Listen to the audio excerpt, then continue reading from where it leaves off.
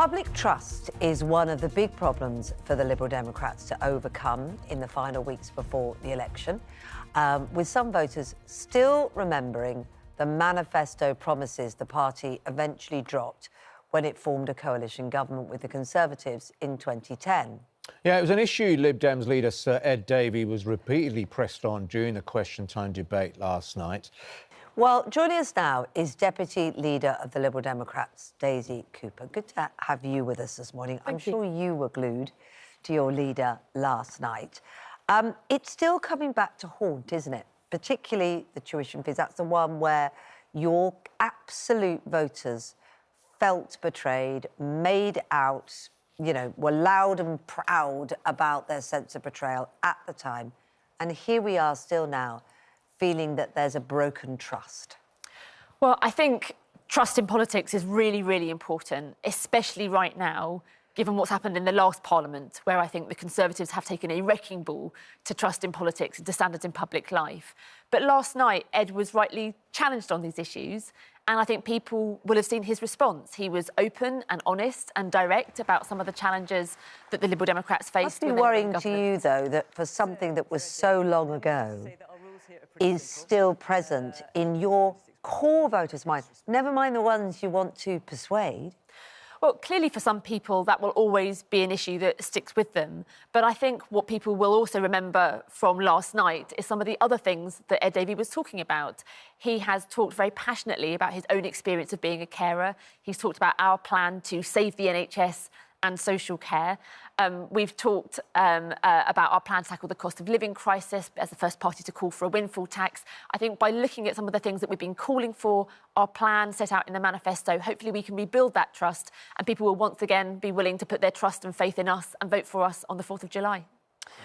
I mean, I'm sure you're glued to our programme as well as the leaders' debate last night. And Ian Dale, who, as you know, has many political podcasts and shows that he presents.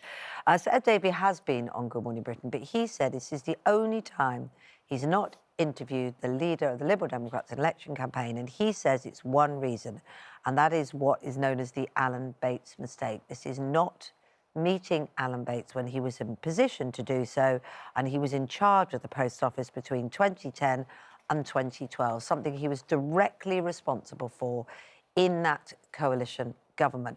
Can we just have a look? Because you could feel a sense of when that was brought up last night as well. Sure. But I suppose that is still trust, isn't it? It's a different kind of trust. It's a trust of judgment.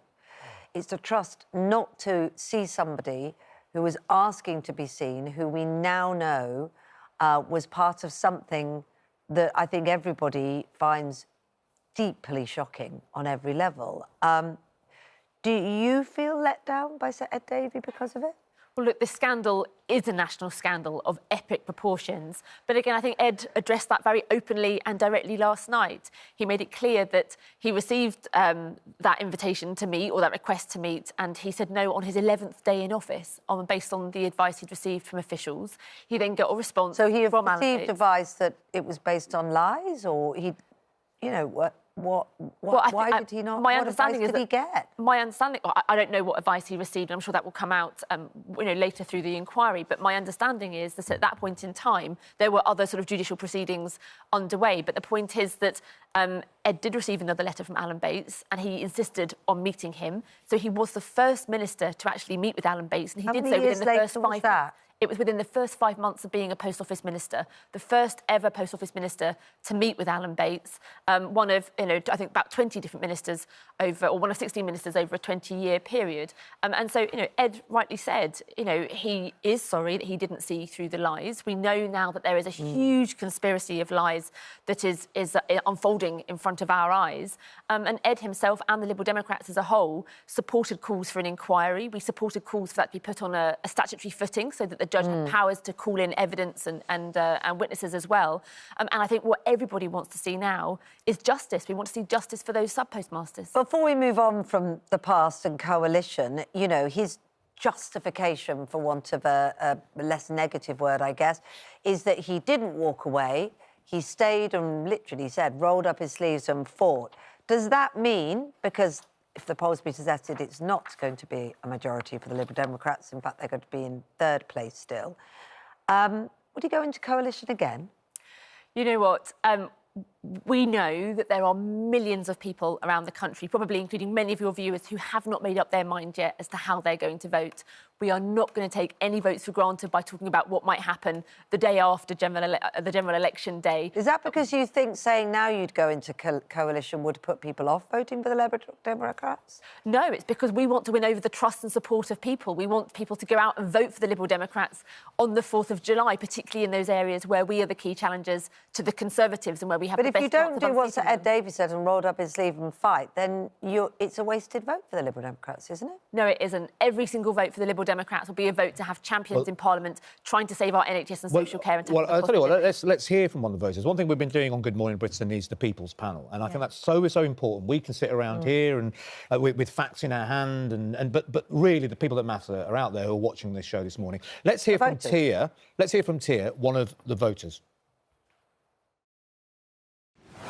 You know when you face palm and you're just disappointed, you're like, here we go again. That's how it felt, honestly. Ed Davey and Keir Starmer, a lot of, like, the question that was running through my mind constantly was, how are you going to do this? How are you going to do this? And it's like, you've had so long running up to this moment. You've even had years running up to this moment, and you still can't even just back up your point. This is something we're hearing a lot. People are sort of saying, well, look, it's just words, nothing's backed up. And for example, I know one of the big things that the Liberal Democrats want to do is tax avoidance. Now, you speak to the IFS and say, well, has this been thought through? How is that going to actually work? Getting that money is difficult, Everyone calls for that. And even if it does work, it takes a long time for that money to come through the system. And we also know the trends are, just in the last year alone, 3,000 of the super rich have left the country. Tax avoiders do what they do. They avoid tax. So it's just an example of what Tia says, that you come out with these sort of top lines, but if you break it down, there's no substance there. I would disagree with that. Let me take that very specific example. So when it comes to tax avoidance, actually, most of the sort of tax avoidance comes through errors. And it's because many small businesses and independent self-employed people simply can't get through to HMRC to get the right advice. And these are largely people trying to do the right thing. They're trying to pay the right levels of tax, but there just isn't the support there. So that's why we've said we would invest £1 billion to expand the capacity of HMRC. So there are advisors to pick up the phone, to give advice so that people can file the correct but the IFS return. Still say that takes a long time. So £1 billion to get what back? To get £7 billion back. So we know from the evidence that HMRC have given themselves to various select committees in Parliament, they've said that for every £1 you invest in the HMRC, they reckon you can get between £8 and £16 back as a return. Well, and so our costings are based on that, but they're much more conservative. They're very risk-averse. Just one final question before we go. Why are we seeing Ed Davey fall into water more than doing interviews? What is that about? Last night, I thought his demeanour was pretty good. I think he connected well with the audience. But what is this thing about wanting to see him fall in the water all the time? You know what?